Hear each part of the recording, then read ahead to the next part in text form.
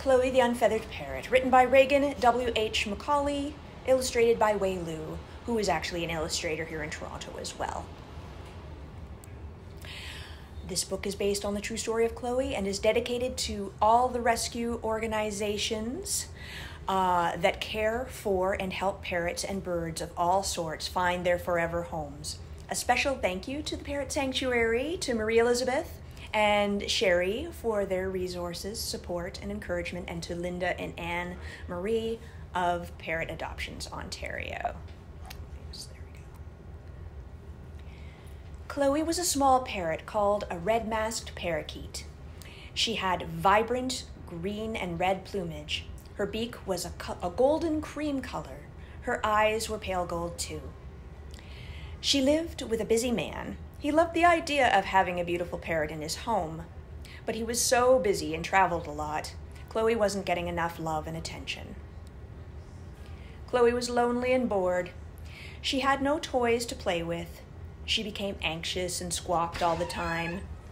Then she decided to pluck her own feathers. There was nothing else for her to do. It was not long before Chloe became an almost featherless parakeet.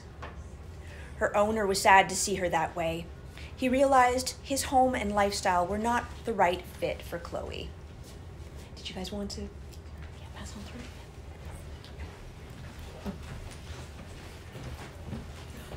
through?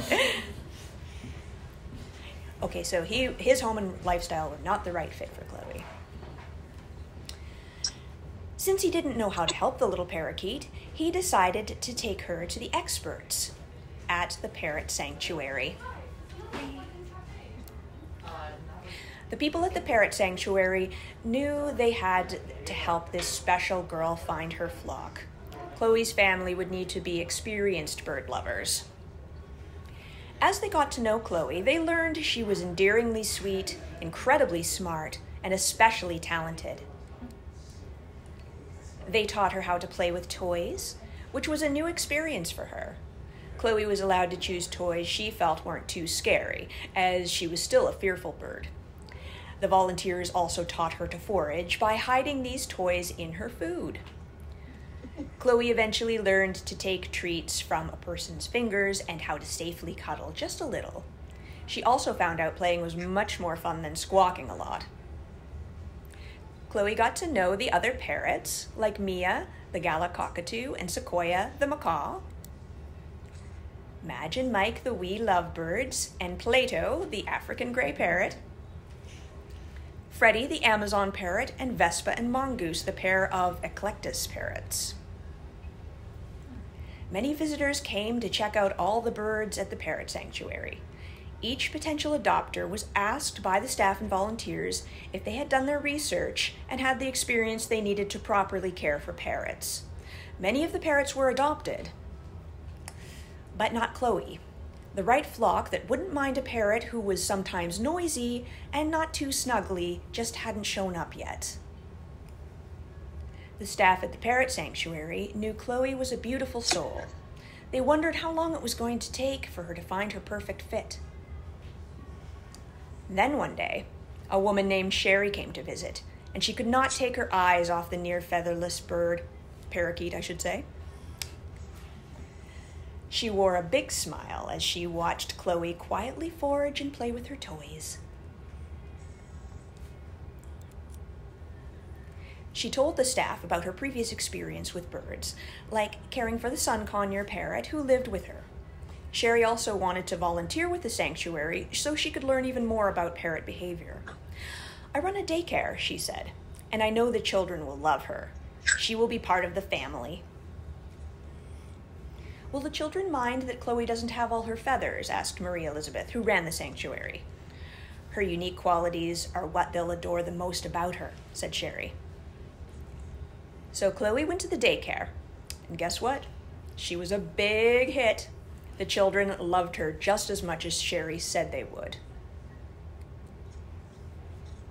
Chloe played all day in the sunny nursery, surrounded by the happy laughter of the children. Sometimes she got to sing to the kids, too. They made Chloe feel like she belonged, and she was getting enough love and attention. Chloe had found her flock. The end. Okay, stopping the share. All right. So, I have a prize pack to give away. Both virtually and also here. So if somebody could write in the chat virtually the name of one of the kinds, the species of parrot that I mentioned in the book, the first one to do that correctly will win the Chloe prize pack. And yes, same with you guys. Name me a parrot. Do you remember any of the kinds of parrots? No. You don't remember any of the kinds of parrots? I don't. Oh. You remember any of the colors? Sorry, did somebody say macaw? Oh, Yeah. African gray. Okay, you win. And sorry, if you could type into the chat your answer, those of you who are virtual. Hi, Shauna. Hello. Hi. Can you name me a species of parrot? Amazon. Amazon, there we go. Awesome. Oz Museum? Oh, Jen, my friend here, wants to know if you've ever been to the Wizard of Oz Museum. I have not. She has not. I have. She has. And Jen I live has. here. And she lives here or in Hamilton. Yeah, but you know. So anyway, thank you so much for attending. If you buy Chloe down the road, you will also be donating 50% to the Parrot Sanctuary. So they'll still be getting a donation from you either way. And that's the presentation for today. I'm going to say bye to the virtual people. Thank you so much for coming. Yes. Thank you so much. And now. And Chloe's in the back. Yeah. She's there, so go check her out. Is her feathers going to come back?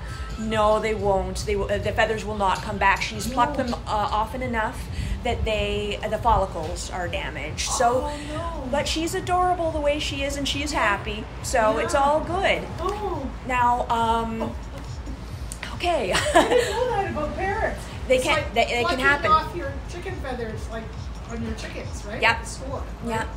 Oh Yeah. my gosh, they don't go back. It's like Well, they can if they manage not to damage the damage the follicles. Yeah, so so she has damaged follicles.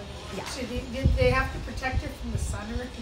they have to take like her mom Sherry has to take that into consideration for Yeah. sure, just to make sure she has shade and that Yeah. it's not too hot out there, Yeah. and all sorts of things like All that. those Yeah, things. and control the temperature inside, Right. and yeah, all those sorts of considerations you would take for a parrot anyway, but extra for Extra Chloe because of her condition. her particular, the way she is, Right. her Wow. nakedness. Oh, okay. Yeah. So, did you have, when you were writing this, did you have a writing, like a reading or a reading level? Well, basically it's intended for children 4 to 7. 4 to 7. But there's leeway either way, of course. And the reading end would obviously be the higher end there, 6, 7, Yes. and but even 8 might be stretchable that way too. And of course, for listening, the younger ages, and you could stretch that back to 3 or even 2, Sure. of course, for a bedtime story. For a bedtime story. Yeah. Yes. Exactly.